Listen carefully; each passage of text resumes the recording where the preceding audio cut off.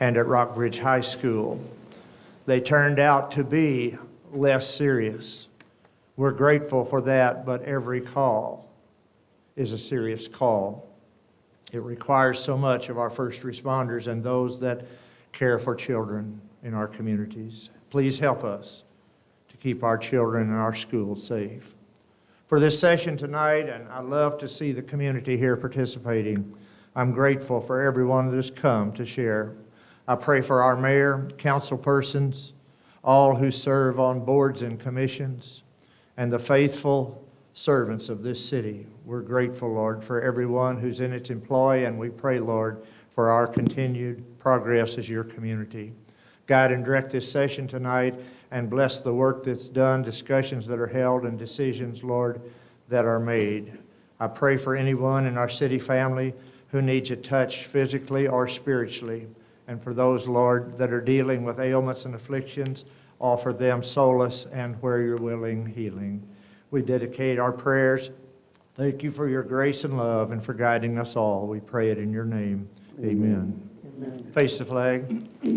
Attention, salute, and pledge. I pledge allegiance to the flag of the United States of America and to the republic for which it stands, one nation, under God, indivisible, with liberty and justice for all.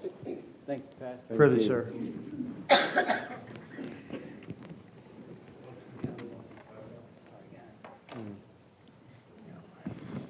Okay, next up, before we move on, we will do a quick presentation. We were, again, losing a member of our family here tonight. He'll be with us a few more days, but we're going to celebrate tonight by presenting Robert Boone a proclamation for his service to the city. He's retiring on us, so I will come down and do that for you.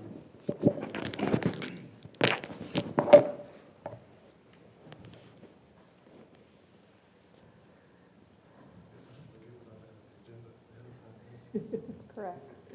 Yeah, you can't just run off on this.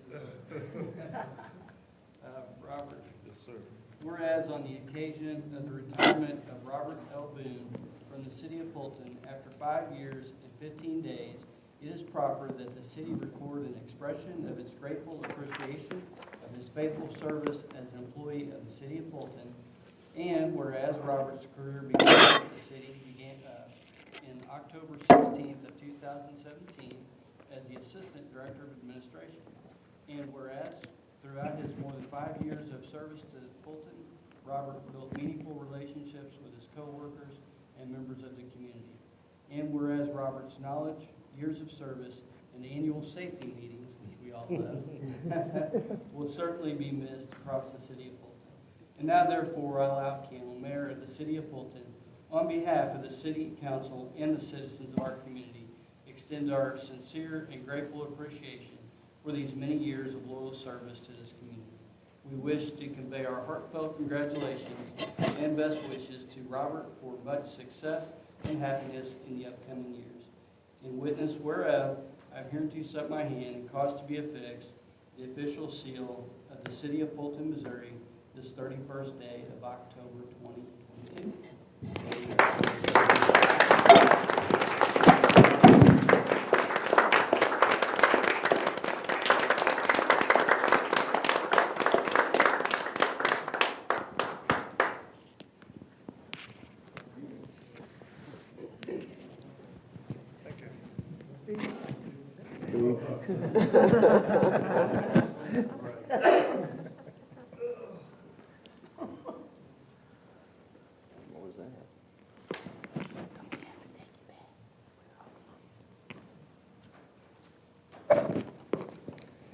And I expect that golf game to get better, Robert.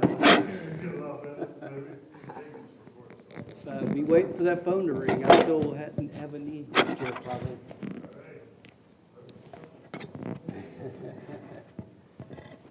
Okay, thanks very much for your service, Robert. Next up, we have comments from visitors. Anyone wishing to speak to the council may do so.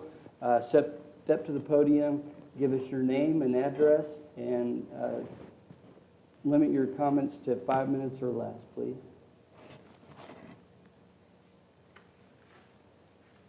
And seeing no one come forward this evening, we'll move on to our public hearing tonight. We do have consideration for the rezoning of a tract of land located at the intersection of State Road O and State Road UU, Fulton, Missouri, from its current zoning of R2 residential to M1 industrial. The format of this hearing will be as followed. I will issue 3 calls for anyone wishing to speak in opposition, and then 3 calls for anyone who wishes to speak in favor. And again, we ask that you come to the podium, state your name and address. And at this time, the hearing is now declared open. I'll give 3 calls for anyone to speak in opposition. First call, is anyone present who wishes to speak in opposition of this matter? And second call. And third and final call, anyone present who wishes to speak in opposition? Okay, moving on, will be 3 calls for anyone wishing to speak in favor of the matter.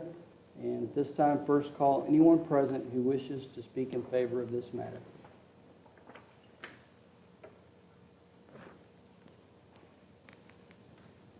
And just give us your name and address, please. April Redmond, 5000 Red Maple Lane. I do speak in favor of this matter. I think that it would be a huge benefit to the overall community and the project that they hope to build there. They can provide you a whole lot of information on it. I think it will help a lot of individuals that don't necessarily have a place to go currently. They don't actually give a lot of opportunity.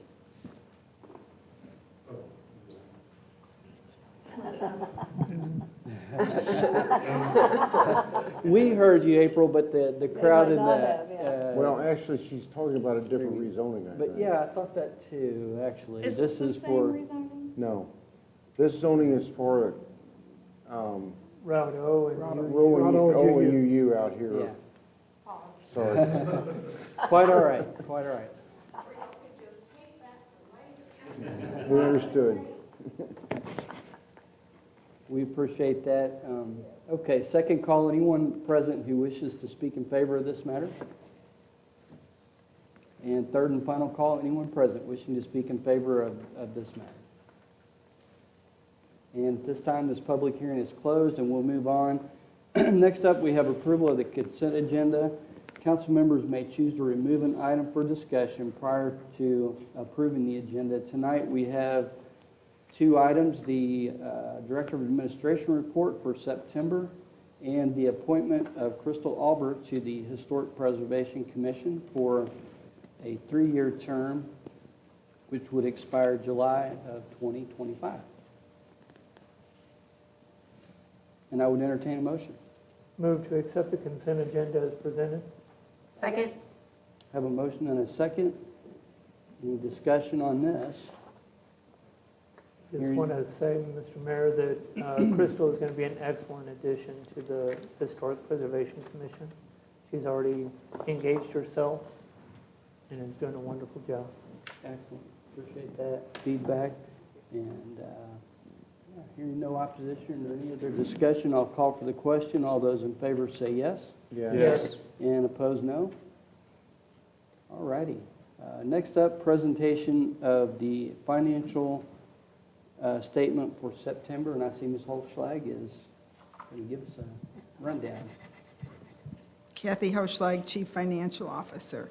We've now recorded 8 months of sales tax. We're 6.2% ahead of the same period in the prior year, which amounts to about not quite $190,000 for the entire 2.5%. Use tax is up 12.2%, but that amounts to $43,000. Okay? So I've tried to include everything of interest in the notes. Our utility funds, electric, actually had a gain this month.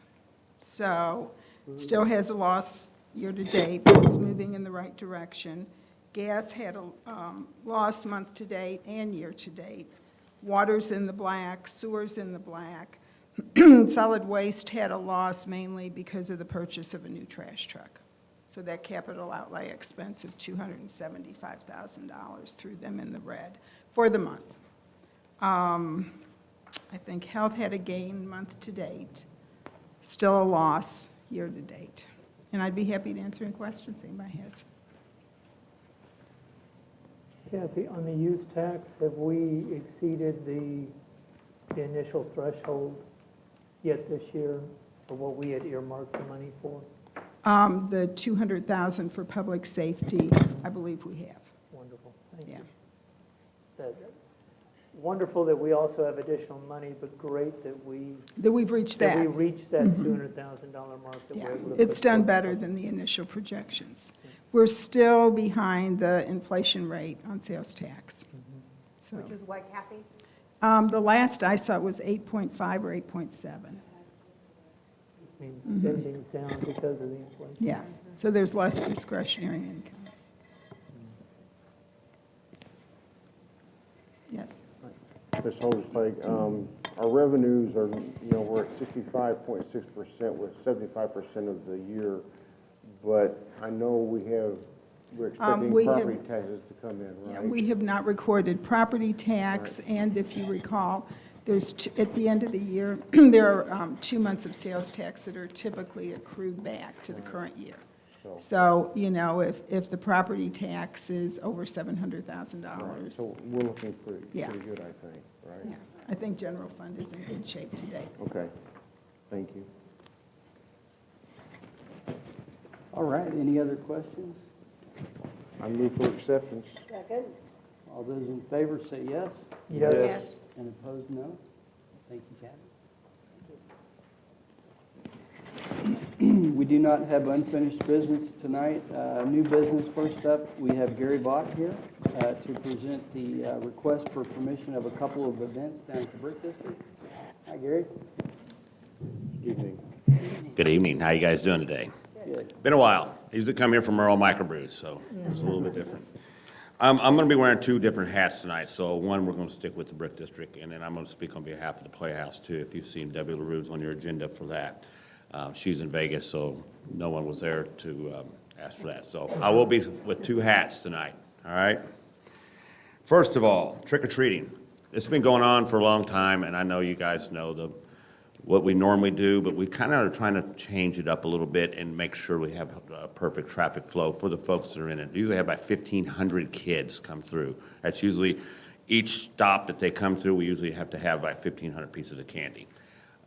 This year, the Brick District bought a whole bunch, and so we have the Westminster baseball players, so all the places that won't be open or just we can spread it all out, they are going to come and help volunteer, put out candy as well. So not only do we have the Brick District businesses, we also have bought a lot of money out of the Brick District funding to have more candy for the trick-or-treaters and a safe place to come.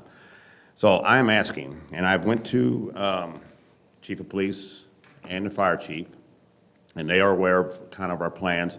We're going to start off at the Playhouse and work the kids. We're going to make like footprints with chalk on the ground so we can maybe have a flow of the right way. We're going to turn and go west on 6th Street from the Playhouse.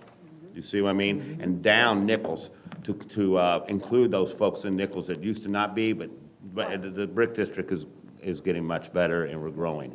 But we got Garrett Campbell over there. They're awesome. We have Miss Kim's. We have that stretch. We want to bring them down that way and then back across on 5th Street there by Lulu's and then back up Court and then back down. We're not changing any of the footprint of what we've closed off in the previous years.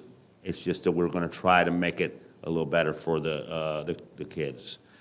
So basically, I'm asking, and previously, the barricades to have barricaded off, and that would be up here by the Playhouse. I think Nichols and 6th, Nichols and 5th, and Courthouse in the court, and Court, the 500 block of Court.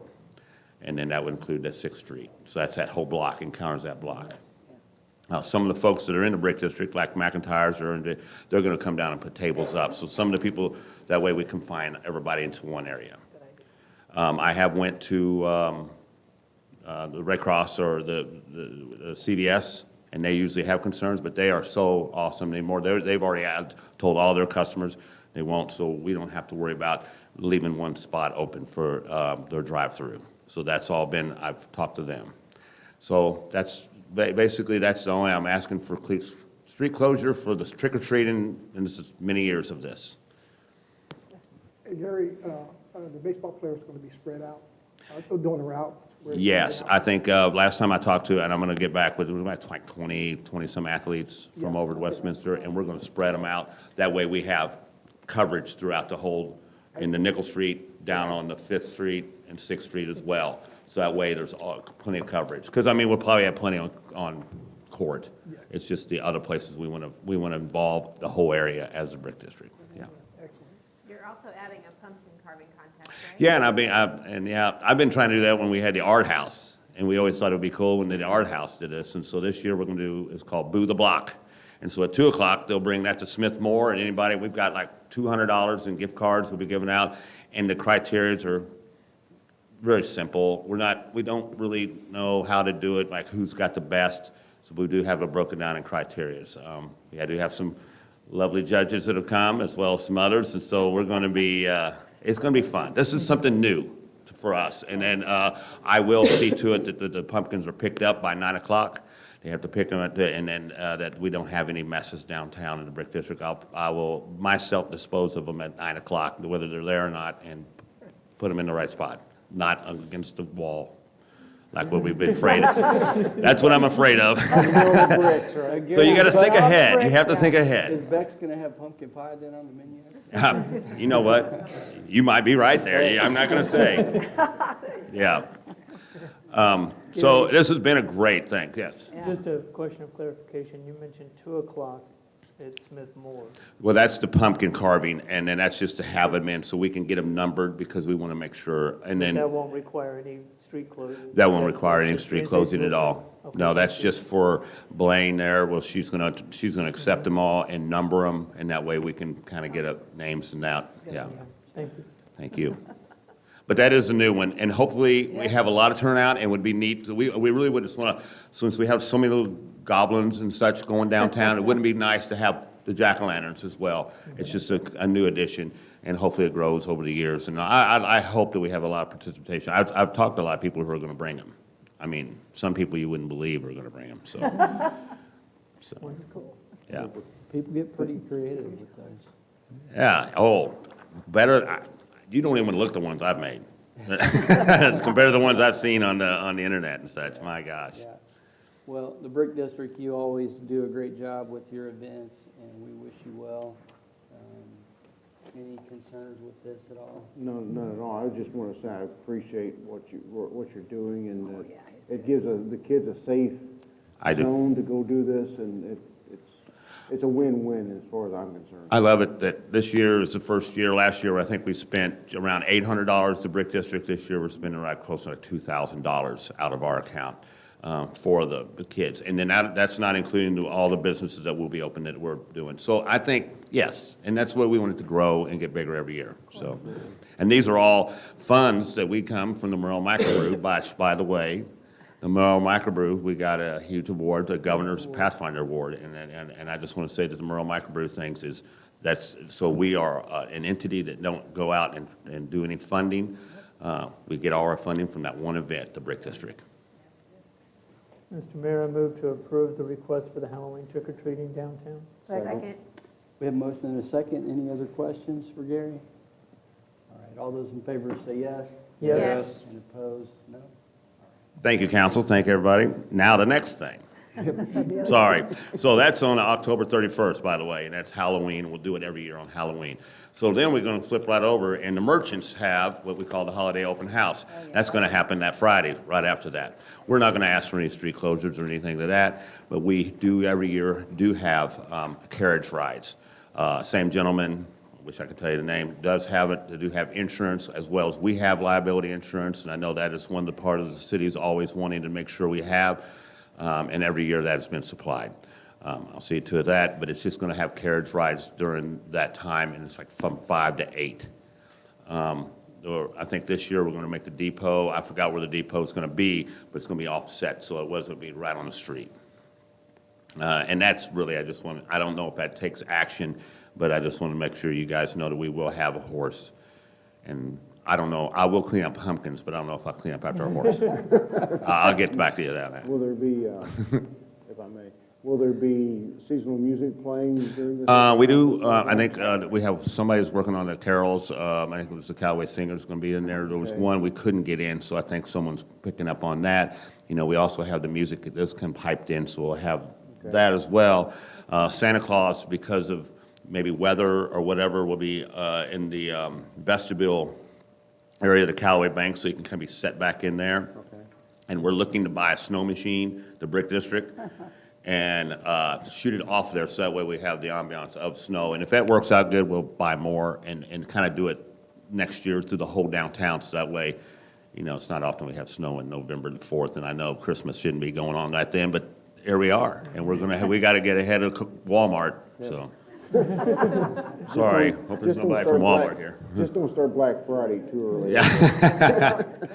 But the merchants always look forward to it, and a lot of people do show up to this event, and it's, I mean, like, my business doesn't really affect it as much as like the merchants. They really want to see all the new goods that have, and McIntyre's is now big involved, so it's grown. So we will have, hopefully, carriage, and he only does it if weather permitting. So if it's rainy, we won't have carriage rides. There's also a wonderful Kiwanis Pancake Day happening up the street at the Methodist. At the Church. same time, so maybe hey, Perfect. I think we should solicit that sign, put some signs out there, and that's right, pancakes. I love pancakes for dinner, I love it. So that is from 5 to 8 during the carriage rides, so. Mr. Mayor, I approve the use of the carriage ride and horse on Court Street during that time. Second. We have a motion and a second. Any other questions? All those in favor say yes, Yes. and opposed, no. All right, thank you for that. All right, that's 2 out of 3. I'm with the Playhouse now, okay? I'm gonna wear that hat. I'm not really with the Playhouse, but a big time part of it, was part of it for the time. Debbie LaRue cannot be in town right now, and she texted me this morning and asked me to speak on behalf of the Playhouse. This weekend they have, I don't know if you've seen any of the advertisements, but the Shakespeare's Mummy is a play that they're doing. To me, the Playhouse has had so many setbacks. It goes forward, and we're going back, and we really need this to go. And that's just me talking. But they're wanting to shut off the block right there in front.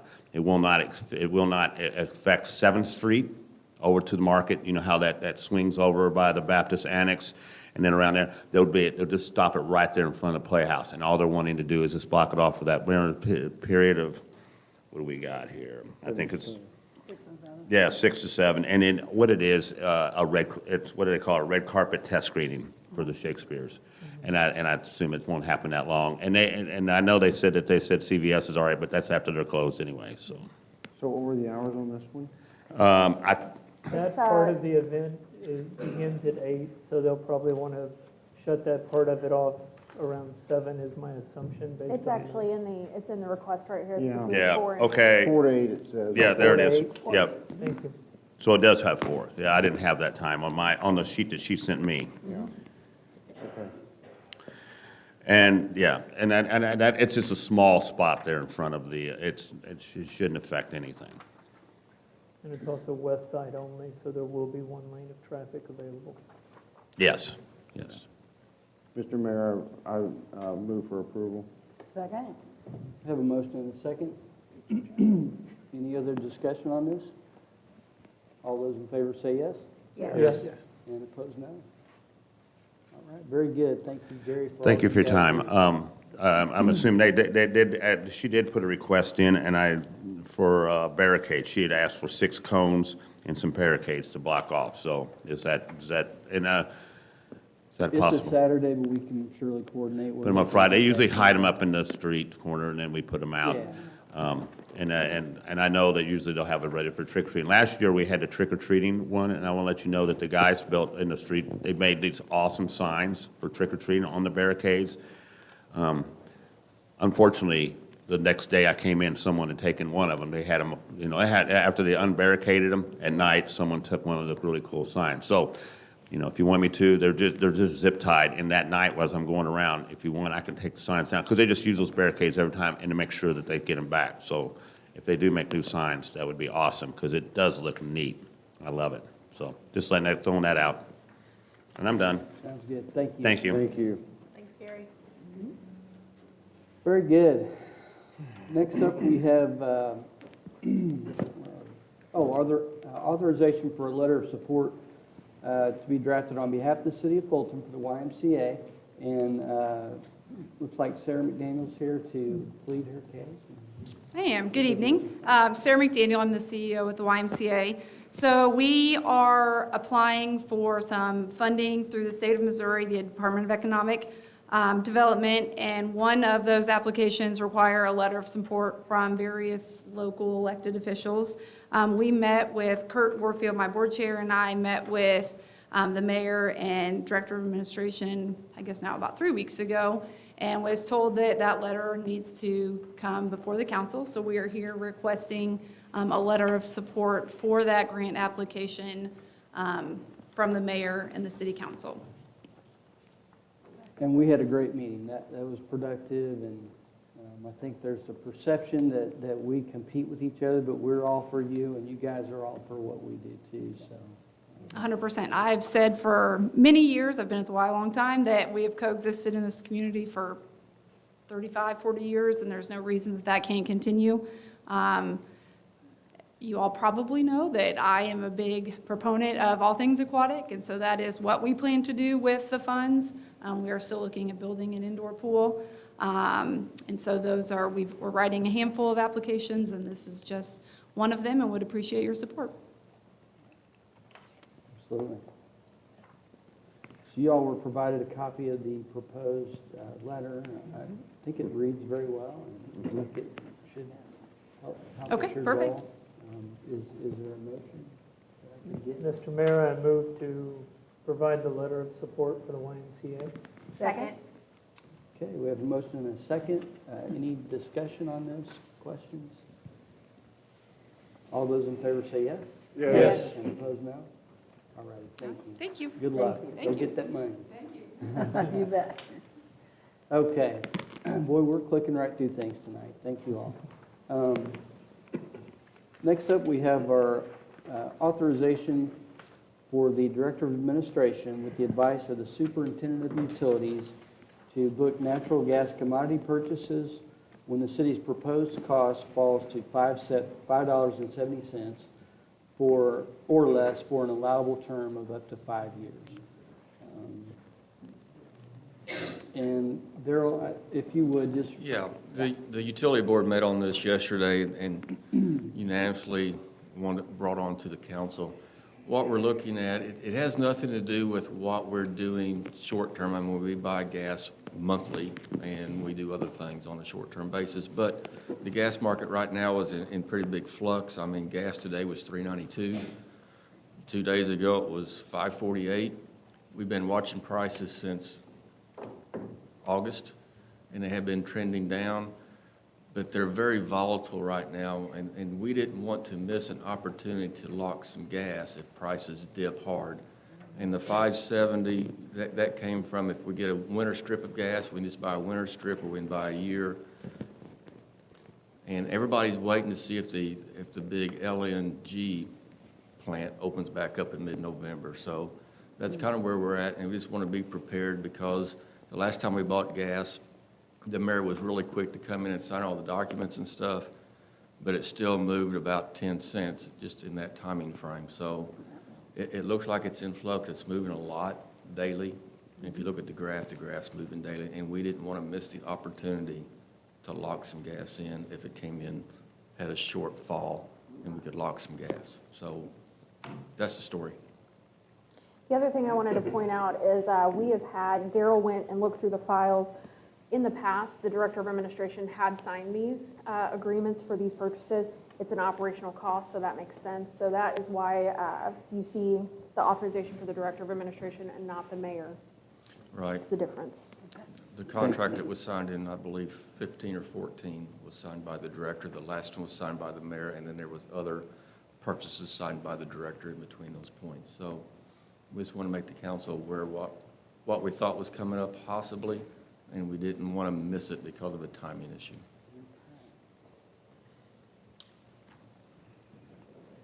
We were talking about this this afternoon too, and I don't think you were there, Daryl, but would it be all right if that happens to, like, immediately send an email to your council? Yes. Advising them, hey, this is what's happening, we're doing this, at least that way they know what's happening. We was trying to get the vote done now.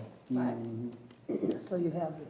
Yes, because, It's going you to know, happen. legally, we can't do a vote by texting everybody, because it's not a formal meeting, so we're trying to get the vote done now, so we can follow it up with texts and emails when we see it coming close. Is there a number that you're looking at that you're No. thinking? Okay. Anything under 570.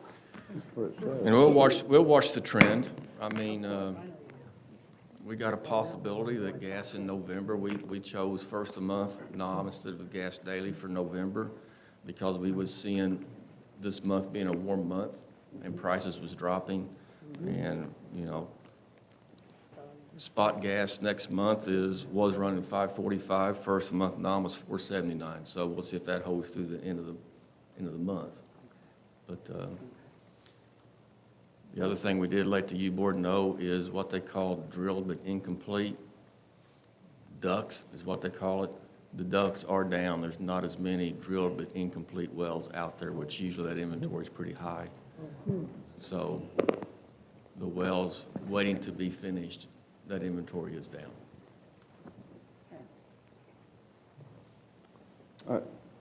I just want to make sure we're informed when we make these moves, so that we're aware, and you're not holding all the liability on this. So I have to interject on that. It would not be Mr. Dunlap's responsibility to inform you guys, it would be mine. And as you all know, transparency is paramount Yeah, for what we do. yeah. And I don't want to get in trouble, so we absolutely will be making certain that you all know what is happening, what's trending, and if he has to make a purchase, you know, because it would ultimately save us money. So Yeah. that is what we're trying to do. Right. to save money. And ultimately to save money for our customers, which is When I say us, really I- important. that's Yeah. us. Because Customers. we had 109 shut-offs last month, and that's a concern to me, so. Yeah. Yeah. And prices are up all over, so if we can capture something, that's great, that we need to do. No, I wasn't saying this with him, I'm just saying Yeah. we need to be informed. We're all in this together. Yes, absolutely. Okay. So I would like a motion, I guess.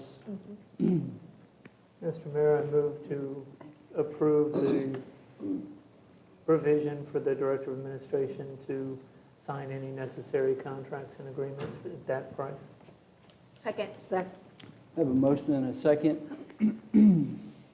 Any other discussion? I'll call for the question. All those in favor say yes, Yes. and opposed, no. Very good. And of course, we don't have a crystal ball, but common sense goes a long ways on stuff like this. And that's what it's all about. All right, next up, council concerns. Council members may discuss matters of concerns not on the agenda. Liaisons to boards and commissions will also provide a brief review of the most recent meeting. And I'll start with Councilman West. Okay, we met, I think it was on the 12th, to discuss the rezoning of the property at ONUU, and there really wasn't any opposition.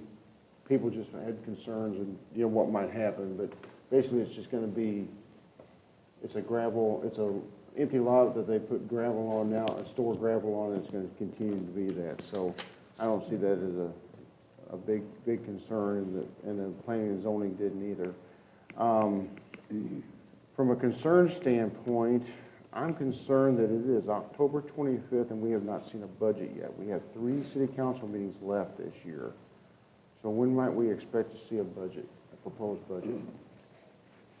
So I believe that we had discussed that with the impending completion of the compensation study, that we would be running a really tight wire, and that is what's happening. It is our intent, and I also believe that we've asked that everyone hold the second meeting in November as a possibility, which I know normally is right before Thanksgiving. Yeah, we usually do. But it's our intent to get the budget presented viable for that meeting. So we are working really hard on it. By the second Um, November meeting or the first November meeting? We like the first, but it probably will be the second one. Okay, that doesn't give us much time. No, sir, it doesn't. And again, we are doing, we've run into a whole lot of barriers that we're trying to overcome. And the compensation study has uncovered quite a few things. So in just trying to propose something that's sustainable and doable, and not cutting as many, staff has done a really good job. The consultants are doing a good job. But we did try to forewarn the council that there was a possibility that we would be working on the budget up until the last minute. And we've had special meetings in the past, but we usually see it around September, and, you know, understood then, I thought, well, it'll be October, but now it's getting any later. And I'm not trying to put you on the defensive or trying to say, hey, I got you or something. That wasn't my intention. I'm just a little concerned, and I hadn't had a chance to communicate that, so we'll see it here next month, and then, so we've had to meet extra times in the past on the budgets as well, so that's, We knew it wasn't going to be October. yeah. The Okay, compensation study is supposed to be finished this month, though, is that correct? Yes. October? Okay. So we have been meeting with them.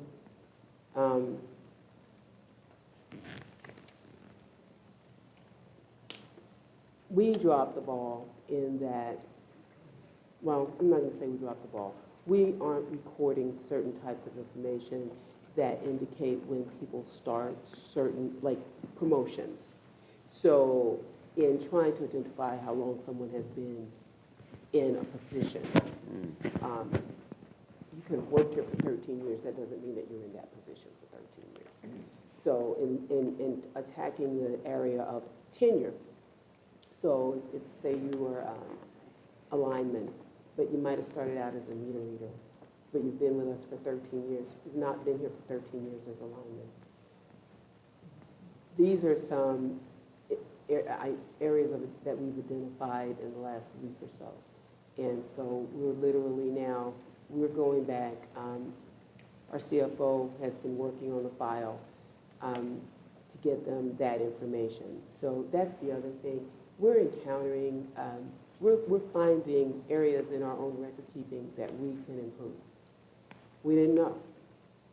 So, you know, the good thing is now we do know and we can improve upon it, but the bad thing is that it's delaying. Okay. All right, thank you. Just before we leave that subject, could you work with the city clerk and maybe come up with proposed schedule for December in case we do need? Well, we're working, yeah, but we're working on a proposed schedule for November. We're really trying to get that, unless you all don't really want to have a meeting before Thanksgiving, and I would understand that. No, No. I'm fine with that, and we usually have that meeting. We usually have the 8th, But we'll we have the usually- 8th and the 22nd. That's normal. We usually have that But meeting. then we usually only have one meeting in the month of December. No, we're trying Right. to get it in November. Okay. Okay. I think what we'll do as well, if I may, Ms. Tyler, if we see that we need to get another meeting, we're going to know that, and we're Right. going to communicate that. Be aware of it. And so, you know, we'll definitely keep you guys in the loop if that's the situation we see coming down. Yeah. I just Absolutely. thought getting possibilities on our calendar now, As busy as it is with the Would- holidays. Oh, my gosh, yeah. I'm just in looking at- case it's needed I later on, then we know that we're already all earmarked for those dates. was I my- see dots on that was my almost every line of day, thinking. to be honest with you, so Thank you. crazy. Yep. Calendars get full. Okay, thank All right, you. very good. Councilwoman Seebacher's not here. I do not believe we had a park board meeting recently, have we? We actually did have a park board meeting last week, although I obviously wasn't there, so I don't, Okay. can't give you an update on that, but. We will try to get feedback in minutes to you guys on that, Okay. ASAP. But, all right, moving on, Councilwoman Rickford. Well, I really don't have anything right now. We did not have, I have been out of town for a couple of weeks, and some personal problems. Anyhow, I really don't have, there was no traffic meeting that I'm aware of. I don't think there was. I'm just Glad to be home. It's good to have you back, Emily. Glad to be back. Thank you. All righty, Councilman Stone? Yes, the Historic Preservation Commission did meet last week. Again, we welcome Crystal as a new member to be at that time. And then one of the major projects that the Historic Preservation Commission is going to embark on in this next year is a property survey, historical property survey. Now that encompasses many, many properties within the city limits, not just those that have already been marked as historical. So it's identifying all properties that are over 50 years old, all properties that are over 75 years old. And right now, our community, if you think of the major older subdivisions, they've all hit that 50-year mark. You know, Chippewa, the Indian Reservation is over 50 years old. Herring Addition's over 50 years old. You know, my neighborhood off of Ravine, all of those were built in the late 40s and 50s. And so we've hit that time period, which just increases the amount of properties that have to be surveyed. And what that'll mean is that the property owners will be contacted, can you provide us with information? And it's the basics, but all of that data is then what feeds into our grant application. So if we want a community block grant or a preservation grant or some sort of any type of federal or state grant, that's the numbers they're looking for. Well, how many properties in that area of town are of this age, that age, with and without a designation? So there will be a little bit of money involved in that survey that'll need to come from the city, but mostly it's going to be labor, and it's going to be a lot of volunteer labor that we're going to be asking for from other committees, other commissions, colleges, high school, everybody. So you're going to hear a lot about this over the next year. It's something that's been needed to be done, and we've kicked the can many, many years down the road because it was just too big of a thing to take a bite out of, but it has to be done now. Councilman Stone, I have a question. Yes, ma'am. How does that have any type of relation into historical tax credits? I do not know, but I would assume I've so. had some citizens contact me about historical tax credits, specifically on Court Street for businesses, and I've been researching it, but I haven't found anyone within our organization that has any knowledge. Okay. Just for that specifically, we have historic districts where everything within a certain, few blocks is considered part of that historic district. And so while a property or a homeowner might not be designated specifically for their address, they might be part of the historic district. So there is lots of connections and interplay in all of these different pieces and parts, and this is one of the major pieces to it. So, but if you want to reach out to the chair or the co-chair of the Historic Preservation, I'm sure they can at least link you to the right things.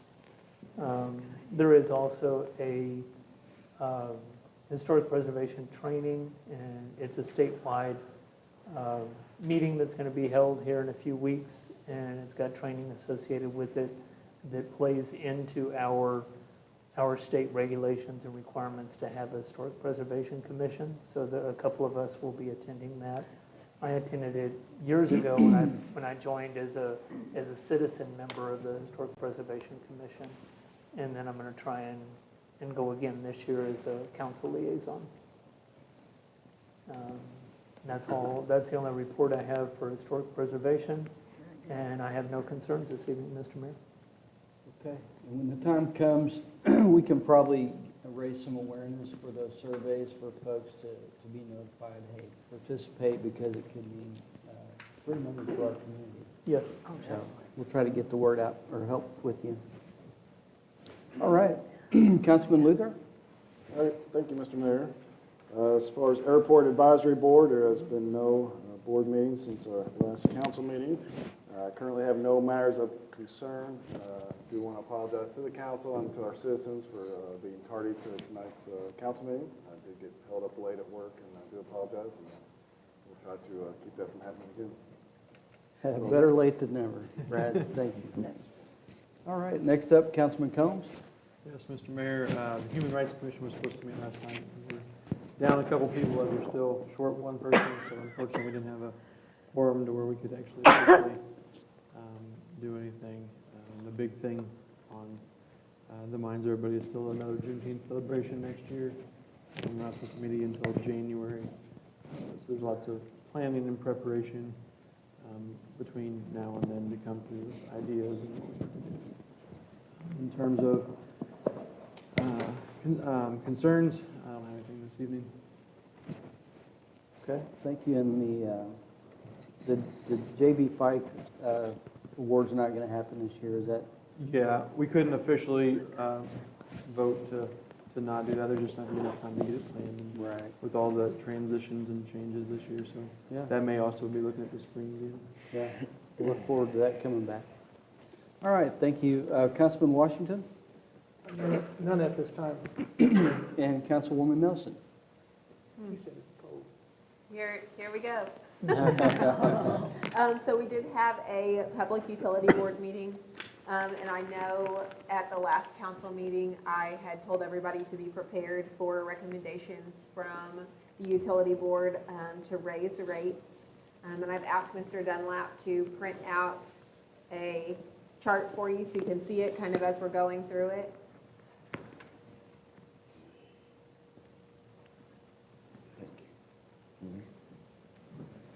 So the proposed increase is only to the base rate. So each individual is going to know exactly what their bill is going to go up. It's not an increase on usage. So we're talking on this sheet, thank you so much, Mr. Dunlap. On here, you can see where we have the proposed rate. What we're charging now is in the left-hand column. So we are charging $6. We're proposing $15 for residential, which is just really getting up to what the majority of the people around us are paying. You can kind of see here, Ameren's charging $15, Kennett's $15.45, Liberty 22, Liberty Southeast is 15. So we're really just bringing that up to something that's sustainable for us and is more along the lines of what other communities are also doing. And that's a $9 increase to each individual's bill per month. So that's something that's going to qualify too for the assistance. So we felt like that was fair in proposing. The commercial rate is, the proposal is from $12 to $30. Again, you can kind of see those comparisons across the board. And the industrial goes from 75 to 275, which is the largest jump. We just don't have a lot of people that's going to involve. And we felt like that was fair, again, in comparison to what other communities are charging. Now, I understand we're talking about this recommendation tonight. I do want to clarify, this would be an ordinance change, and that would not obviously take place tonight. It's not on this agenda, but it would be something that would appear on the next agenda. Just clarification there. Lauren, question. I'd support any rate increase to be on the base. That way it does qualify for the assistance. That's a wonderful way of doing that. I guess my question is on the usage rates for these other communities that we're comparing to. We're bringing our base up to what's similar to them, but do they also have a similar usage rate? My fear is that we're comparing our base rate to other people's base rate, but that their usage rate is actually less than ours. If you look on down, the rate per CCF on residential, we're at 0.975. Yeah. Ameren's at 93. Kennett is at 0.956. Liberty is $1.046. So the Okay. commodity side doesn't look too bad. And the Panhandle rating lawsuit was on the FERC docket last Thursday. It got pulled off the docket. So from talking to one of the FERC attorneys that I knew, I don't know very many, I know two. He thought once it was on the FERC docket, there was probably consensus, and that case would probably be settled pretty quick. So we're hoping that lawsuit gets settled, hopefully by the end of the year. So, does that answer your question, Mr. Stone? It does, Mr. Dunlap. I appreciate that. I appreciate seeing that comparison. So it does, what that confirms is that we're not raising one rate disproportionate to what other people have. Correct. And then this, how closely will this rate increase bring us to, I guess, neutral then? I mean, Kathy's been working on those numbers, and it gets us about a little over halfway. We're going to be about $1 million short this year, and I think by Kathy's numbers, that gets us between 500 and 600 of that million. And if we get that rate case settled, that would help get us back the rest of that million. But for 2023, you think we're going to be 2023, we about did discuss. 50% of, We did discuss at the U-Board meeting, and there was some folks that been around quite a while. I think the mayor, and I know Mike was probably on the council, back probably 10 years ago during the big gas spikes then, this council adjusted rates on gas every month for, Mary, you was on. I was a user. Was you here too? Okay. It seems like forever ago, but the U-Board sees that might be where we're heading again this winter, is maybe adjusting rates through the winter to try to keep them as low as we can, but to stay and have a workable budget. Okay. Thank you, Mr. Dunlap. I appreciate that information. So for clarification, how much per month do we expect this change will generate? Kathy? Because, okay, the first we're going to see it is in November. We're not going to have any of this revenue this year. That is correct. And when I looked at the 2023 budget today, before any tweaking or anything else is done, I think there was a deficit of $520,000. Okay. So if this increase would bring us $500,000 Yearly.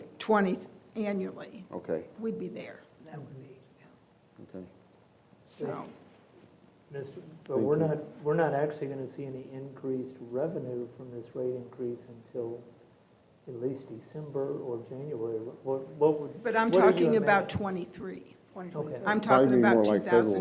2023's budget. well, yeah, in spring. Because it'd be on the January bill, it'd be February before That we was see any what- revenue. that was gonna be my Well, question, is what we if it's thought on the recommendation January was. bill, it's recorded as January revenue. Yeah, but So, Okay, yeah, Is that going to be the ordinance proposal as to, they're gonna do it. that I don't know. are we imagining that the ordinance proposal that we're going to see soon would be Usually, for January? whatever ordinance you see will have, this takes effect on this billing cycle. It Right. could be a December billing cycle, could be a January billing cycle, but that's usually defined in the ordinance what billing cycle it hits. Mhm. And there was lots of slides in the presentations yesterday, and Ms. Nelson thought this was the one that she wanted to share with you folks while she was doing her update. Trying to get his information to you as quick as we could, so, Okay. More information to follow with the ordinance proposal. correct. Wonderful. Thank you, Mr. Dunlap. but well, before you go. So you say that raising it, and, or, Ms. Nelson did, makes us eligible for what? So the people that give us the assistance, the financial assistance for utilities, Okay. this is something that will qualify. So that $9 would be able to qualify for the assistance. It's not something that we would get something from federal or somewhere. No. It's something to assist our Yes. people that- residents/customers. Yes, what Ms. Hoslag says is that applies on the bills for electric and gas. It doesn't apply for water and sewer, is that correct? Right. Okay, Electric and gas. super. Okay. Yeah, because I think we're going to really dig in and do something about that, too. You know, and whenever we were looking at these numbers, and we were talking about the $9, you know, there were questions that were asked that whenever somebody's doing a budget, you know, it's nice to be able to give them a blanket, this is $9 that you're gonna owe more on your Right. bill each month. So Sure. you know, for budgeting purposes, exactly what they're looking at. Right. Okay. Thank you. Thank you. And this may not be the end of it, but that's just a starting, and thank you for bringing that to us, Mrs. Nelson. And I have no concerns. No concerns? All right, very good. Other than this. One's enough, yeah. Okay, we're clicking right along. We'll move on with resolutions here. Councilwoman Nelson, if you would present Resolution 3465, please. Yes, Mr. Mayor. Resolution number 3465, a resolution authorizing the mayor on behalf of the city of Fulton, Missouri to sign all necessary documents needed to amend the existing agreement with the Fulton Professional Firefighters Local 294. I make a motion we pass resolution number 3465 at tonight's council meeting. Second. We have a motion and a second. And Ms. Tyler, if you want, care to summarize the negotiation here? Yes, so I have been meeting with the fire union since week 2 of coming on board, and I have been able to address many of their concerns. With our last meeting, one of the things that was brought up was the fact that they cannot effectively manage their shift trades due to having to go through Chief Cofield and even myself. This amendment will allow them to have more autonomy with their ability to manage their time and their shift trades. It will not cost the city any additional money, and I think that it would also just allow them to have the ability to govern themselves. We highly support it, and we hope that you all will as well. Very good. Any questions or discussion on this? We appreciate all the work that went into this. I know that's a lot of hours and a lot of emotions sometimes that get involved in these negotiations. So appreciate the efforts on both our behalf and the fire union. So, any other concerns? Hearing none, I'll call for the question. All those in favor say yes. Yes. Opposed, no. All righty, thank you very much. And next up, Resolution 3466, Councilman West, please. All right. Resolution number 3466, a resolution authorizing the mayor on behalf of the city of Fulton, Missouri to sign all necessary documents in relation to the master services agreement with Missouri Public Utility Alliance Resource Services Corporation, otherwise known as MPUA RSC. I move for adoption of resolution 3466 at tonight's council meeting. Second? Okay, we have a motion and a second. And correct me if I'm wrong, this is sort of setting up a MOU with MPUA of sorts. Yeah, we have, agreements with all the cities, or most of the cities in Missouri, if they have a disaster, to come help, or they come help us voluntarily. MPUA actually set up their own line crew that we could use for contract work or emergency repairs, and this document allows us to contact them if we have the need and to try to get them in here. Hopefully it won't come to that, but if we ever need them, yeah. All righty, any questions for Darrell? Hearing none, I'll call for the question. All those in favor say yes. Yes. And opposed, no. Okay, next up, Resolution 3467, Councilwoman Recluse, please. Yes, Mr. Mayor. Resolution number 3467, a resolution authorizing the Director of Administration on behalf of the City of Fulton, Missouri, to sign all documents in relation to a memorandum of understanding with Fulton Public Schools to allow for relocation sites available. I make a motion to pass Resolution 3467 at this council meeting. Second. Excuse me. Okay, we have a motion and a second, and I don't know whose idea this was, but it seems like a good idea. Dr. Broadway, did you have something you wanted to say about that? No, I was just here to answer any questions about it. We I'm are. sorry, can you please state your name? Absolutely. Dr. Holly Broadway Yates, Director of Student Services for Fulton Public Schools. And we are beefing up all of our emergency operating plans. And as I've kind of dug into those and seen that we needed to fix some things and add some things, one of the things that we haven't had is a memorandum of understanding with the local places that we would like to use if we needed to relocate students in the case of an emergency or a disaster, to reunify them with their families.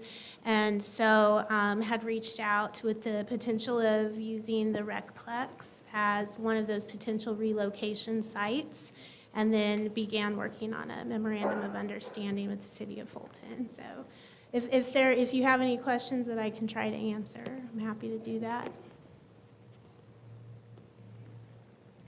You know, on this case, if when you have an emergency and you need to relocate kids or children to the Recplex, without going into great detail to release information that's not needed, has security been discussed on what that would look like if we relocate?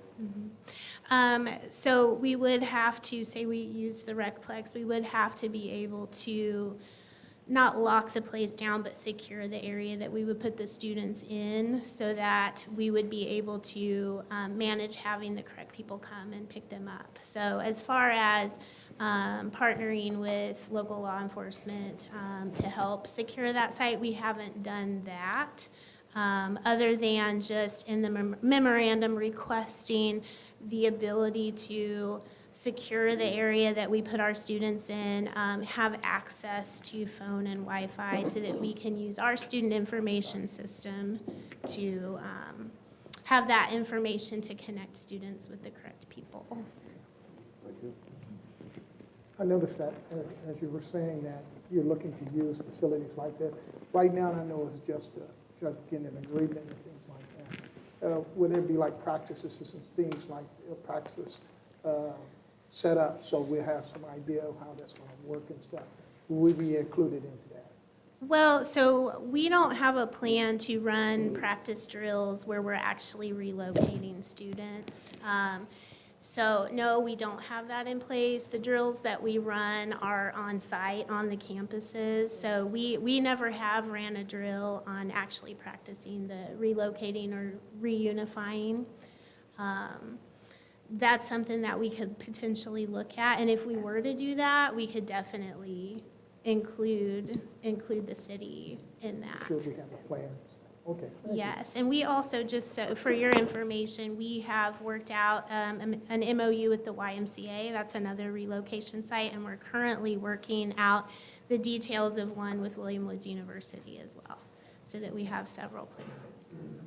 In the past, MSD was also a relocation site. I'm not sure if that's in your current plans or not. Say that one more time, sorry. Missouri School for the Deaf Okay. was also, Okay. As I've dug through, I haven't seen an MOU with them. I know when I was formerly principal at Bush, we had, our relocation site was KCA, and they've now moved. So I know there have been some others in the past.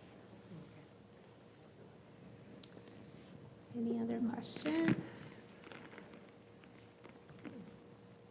All right, any other discussion on this? All those in favor say yes? yes. And opposed, no?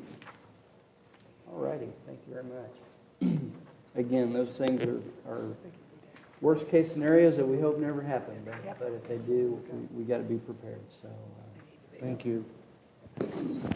All right, next up, ordinances. We do have a tabled ordinance 1652. And Councilman Luther, would you like to, or how do we? So we actually, this ordinance specifically is tabled at this current moment, so in order for us to do any discussion, we would need a motion and a second to remove it from the table and a vote at that point. I move we move bill number 1652 off the table. Second. Okay, very good. Any other discussion on untabling? All those in favor say yes? Yes. And opposed, no? All right, and then we do have a standing motion moving this bill to second reading at the next council meeting, so that's currently up for discussion. Very good. Okay. So we'll pick up where we left off. Go ahead, Mike. Well, I was just going to get into discussion. I met with the owners,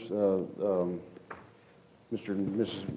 Rooney, Boosley, thank you, sorry. Mr. Mayor, may we Um, invite the property owners up to the podium for the discussion? Yeah, sure, I don't see why not. And Unless anyone's opposed to that. no, not at all. So the big concern I had, and Ms. Sabager had, was, we have our business district down Market Street and further encroachment down the side streets.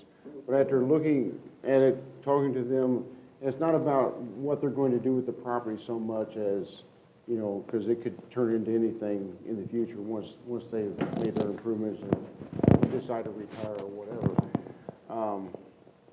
So it could become, any number of other things that fall under this zoning. But when you look at it and you look at the dentist office across the street, it's not exactly in line, the property lines aren't exactly in line, but it's close, just, my concern is further encroachment down the street, but I don't think this is that far that it'd be a big problem. I agree, Mike, and if you just go down there and look at the lot itself, and what its location is, that's corner is commercial lots. Correct, it is. It just, I appreciate you going and yeah, taking a the look. lot they're on is small, and then one next to it is, it's gonna just become basically a double lot now. Right, it's okay. So, And if I may, part of their lot is commercial, and part of their lot is currently zoned as residential. So what this does, at least it unifies their property under a single zoning. It doesn't require them to do anything, but right now their lot is split in their zoning. and planning and zoning did recommend unanimously for approval, but there were some concerns, yeah, so. Well, we always want to be thorough and look at the possible implications, but I think in this case, in my opinion, no harm done here at all. It's great for the lot. And thank you for your patience. Yes. We were in no rush. All right, any other discussion on this? Anyone else have anything to add? And I'll just clarify again, I apologize, Mayor Cannell. That's okay. So the motion that you're voting on right now is to move this specific ordinance to second reading at the next council meeting, so November 8th. Should that go through? So just everyone being on the Thank you. same page here. All righty. I'll call for the question. All those in favor say Thank you yes. very much. Yes. And opposed, no? Very good. We'll hear that again. And, all right, next up, we have bill number 1655. If you would have been, Councilman, you've been gone, we're giving you a workout tonight. Welcome back. Yeah. Yes, Mr. Mayor. Bill number 1655, an ordinance reclassifying under the zoning code a tract of land located at the intersection of State Road O and State Road UU in Fulton, Missouri, and establishing an effective date. I make a motion that bill number 1655 be, make a motion for the second reading at next meeting. Second. Third. Yeah, very good. Thank you. Sorry. So we did have a public hearing on this tonight. There was no controversy or opposition to this. And I would entertain any questions or concerns about it. Hearing none, I'll call for the question. All those in favor say yes. Yes. And opposed, no. All right, we will hear that again next meeting. Next up, Councilman Washington, if you would present Bill 1656. Yes, Mr. Mayor. Bill number 1656, an ordinance authorizing the mayor on behalf of the city of Fulton, Missouri, to execute agreements with the county of Callaway, Missouri, for the public emergency communication operation services for the city of Fulton for the year of 2023 to 2024. I'd like to move this for the second reading for our next scheduled council meeting. Second. Okay, we have a motion in 5 seconds. Better than none. We at least got one there, so, yep. All righty, any discussion on this? Ms. Tyler, would you care to recap this? Yes, absolutely. So, after meeting with Commissioner Youngerman, on a couple of occasions to discuss the EOC contract. He graciously, because it was going to go the other way. Initially, we were talking about an increase that was about $30,000 increase, but he graciously brought a contract that has reduced our cost by $20,000. And I think this is great. Our guys are doing an excellent job, police and fire, and this will help us as far as our operation costs are concerned. We hope that we will pass this to the second reading. And I think a lot of the discussion is just making it a little bit more equitable with regards to Fulton as opposed to some of the other entities involved. Is that correct? That is correct. That is absolutely correct. Yep. So we appreciate the efforts on the county's behalf on that, and all the folks that work that job. That's not an easy job, so we appreciate having that support, and I know our police and fire and EMS do too as well. So, all right, any discussion or questions on that? Hearing none, I'll call for that question. All those in favor say yes? Yes. And opposed, no? All righty, thank you all. For second reads tonight, we have Councilman Combs with Bill number 1650. Yes, Mr. Mayor. Bill number 1650, an ordinance reclassifying under the zoning code an unimproved tract of land located at the end of Manor Drive and west of North Hornet Water Tower in Fulton, Missouri, and establishing an effective date. I make a motion to place Bill number 1650 for third reading at this council meeting. Second? Okay, we have a motion and a second, and we did hear this read, and we had a public meeting on this already, but it's open for discussion. If anyone would like to add a new comment or concern on this, yes. Well, this is fine. The concern that was brought up by many of the citizens that live adjacent to this property were regarding their stormwater. And I just want to make sure we're going to get that on the list to be addressed sometime, hopefully in the not too distant future. So that's my only request, is that we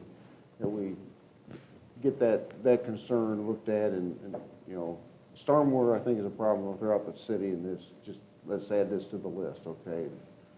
See what we can do. I That's the hope only- in development that maybe the contractors can work with the city to try to figure out a solution for that as well. I'm super excited about this project. Yeah.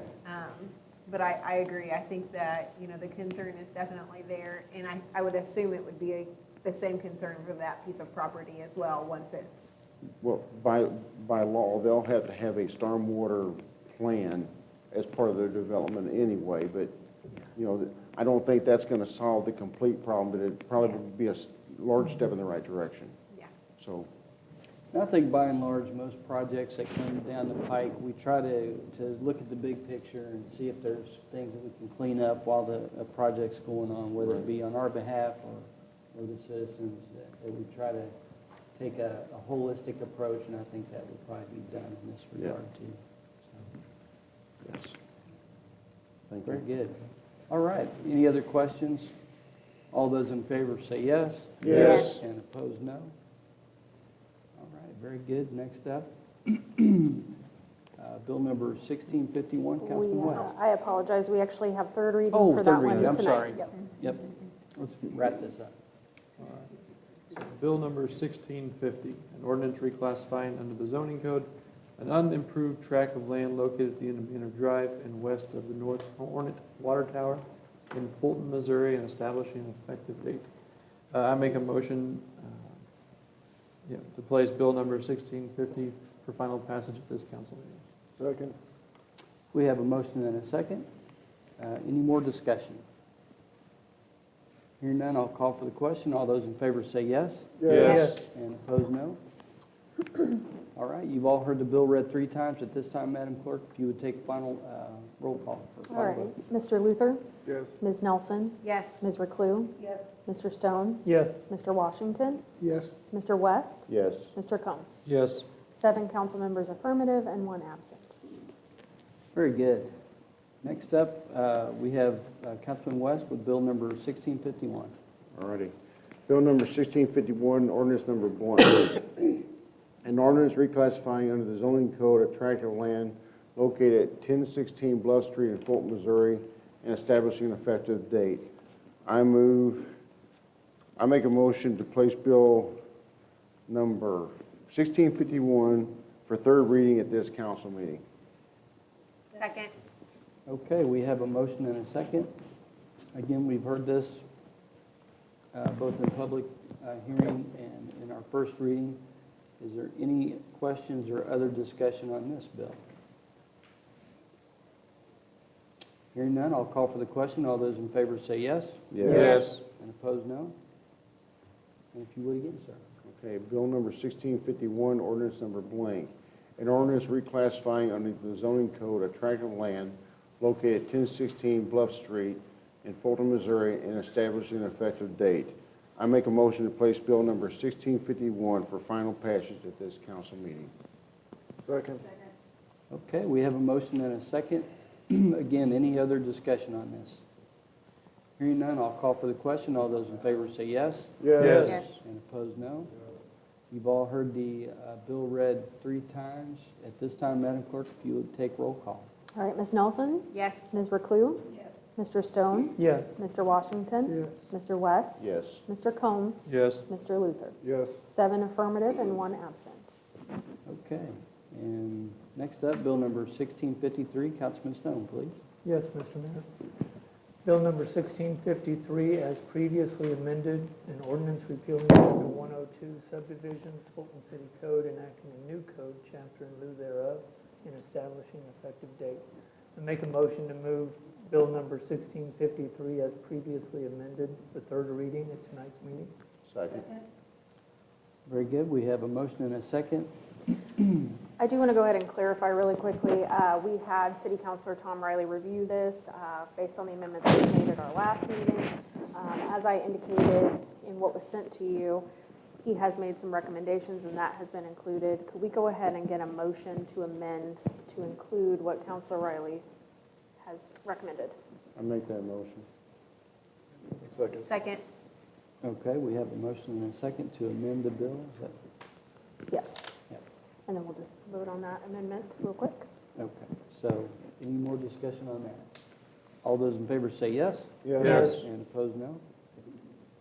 All right, so now the motion on the floor is to go ahead and move that. And I apologize, Councilman Stone, was that third tonight? Yes. Third tonight. Thank yes. you. Okay, that's the motion on the floor.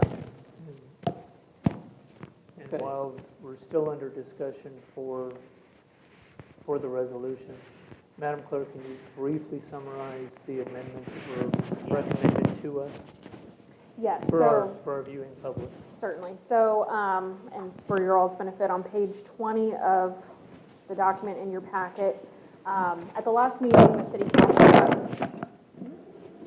okay, at the last meeting, the council recommended upping the two-way both side parking back to 36 feet, and two-way both side parking minimums to 58 feet.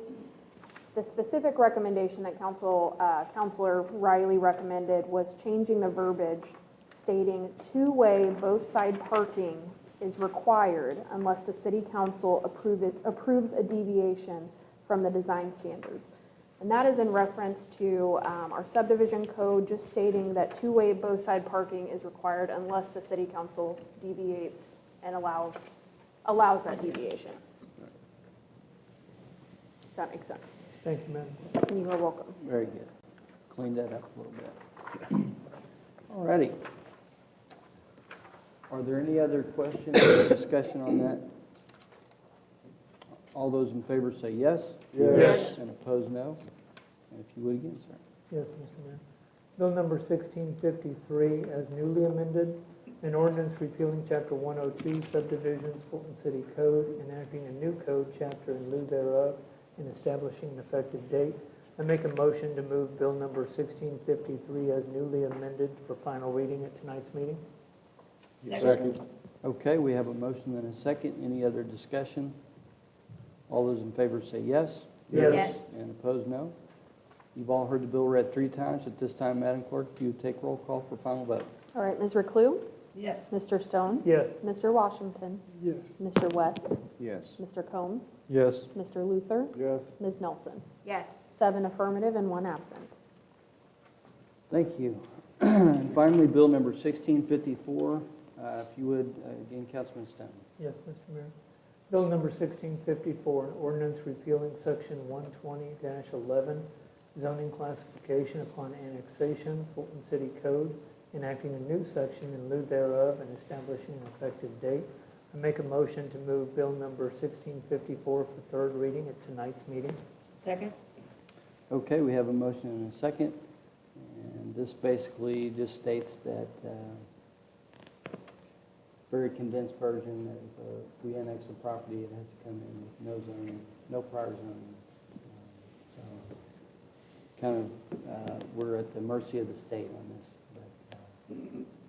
But, all right, any other discussion or questions on this? All those in favor say yes. Yes. Yes. And opposed, no. And if you would again.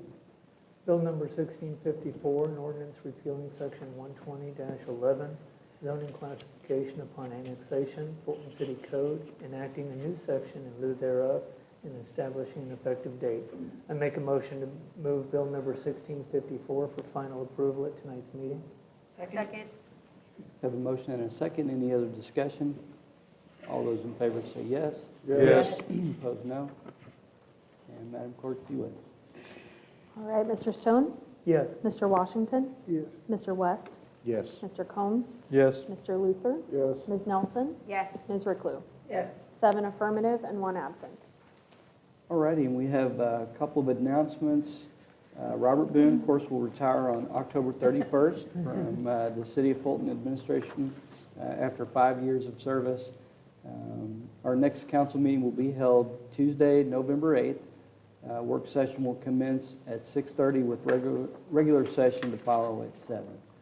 Our last announcement, candidate packets for the offices of mayor, 1st through 4th Ward council members, and city attorney are available in the city clerk's office between October 24th, 2022, and thereafter, Monday through Friday, 8 a.m. to noon, and 1 to 5 p.m.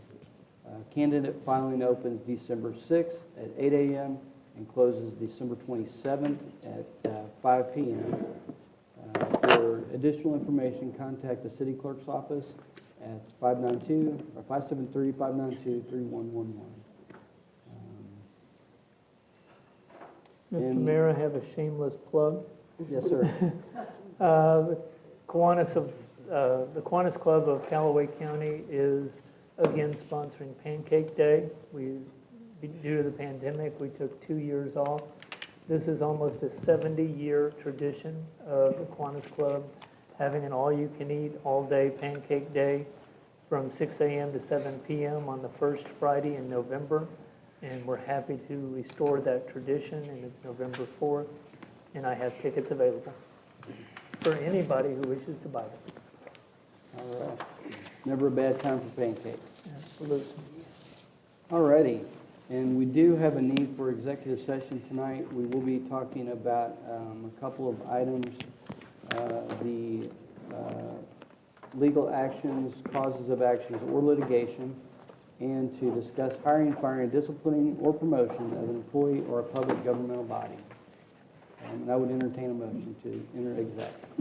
Make a motion to enter executive session. After a quick break. Yes.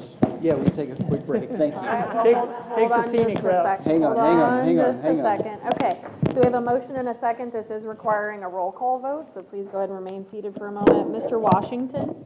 Yes. Mr. West? Mr. Combs? Yes. Mr. Luther? Yes. Ms. Nelson? Yes. Ms. Reclue? Mr. Stone? Yes. 7 affirmative and 1 absent. And I would ask that we keep discussion for later and get your bathroom break done.